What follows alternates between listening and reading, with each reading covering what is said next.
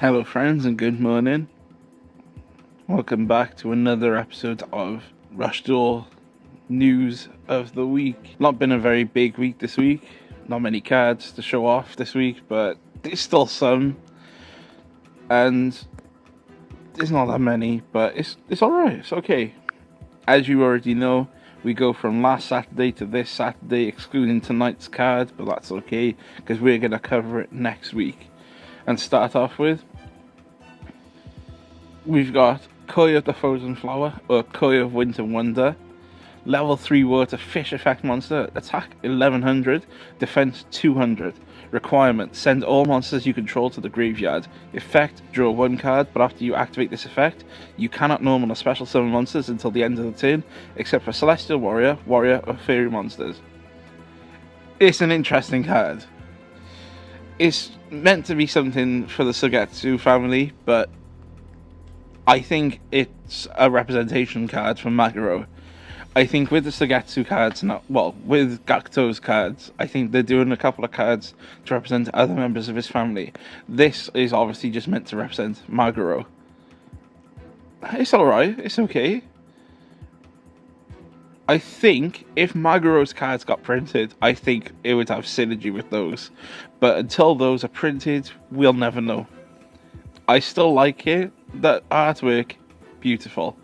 The effect, not so beautiful. But that's okay. We can enjoy it anyway. Sure, I probably wouldn't be thinking to myself, hey man, that's a 3 of. But at the same time, you can just summon it for a little bit of flavour. For the next card, Superior. Next up, we have Yami Luna, the Luna Fiendish Commander, or Yami Luna, the Dark Supporter.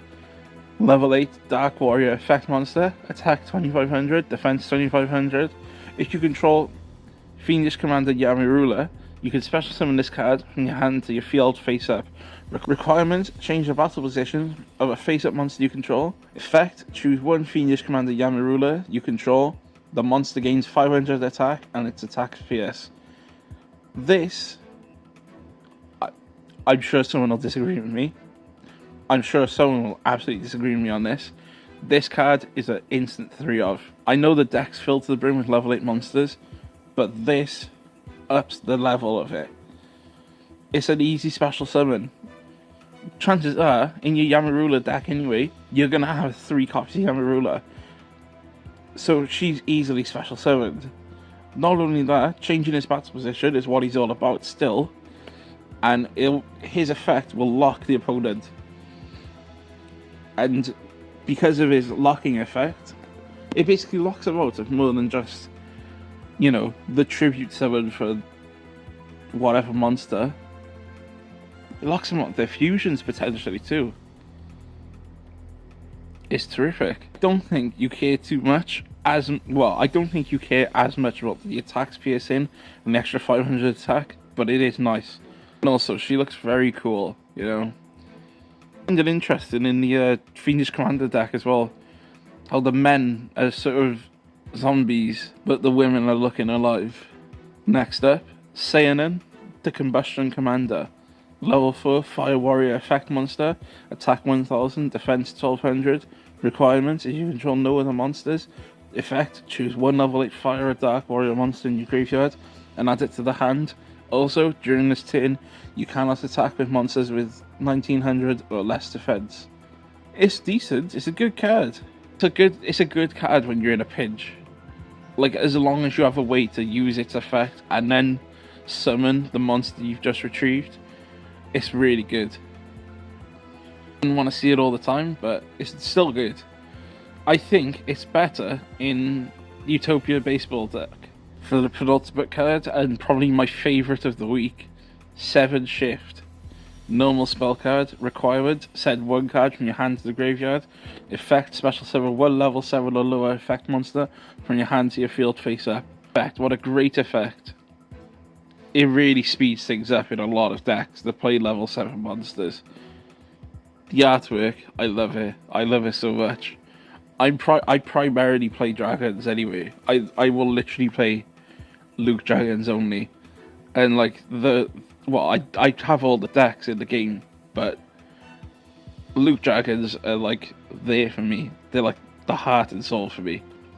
And this artwork, I know it's a card used in the show. I know it's a card that's obviously representative of his monsters, but I just think it's so great. But what an effect, though! It really is just. It's really fast. And what's great about it too, it's a common. A lot of decks will use this card. I can see it now. Stuff like Seven's Road Magician decks will use this card for certain. Just because it enables a lot of stuff to go on. Particularly Seven's Wonder Fusion. Makes it a slight bit faster. Also, I apologise if you hear any buzzing in the background. I have done my best to sort of dull it down a bit, but I'm currently sat in a fridge.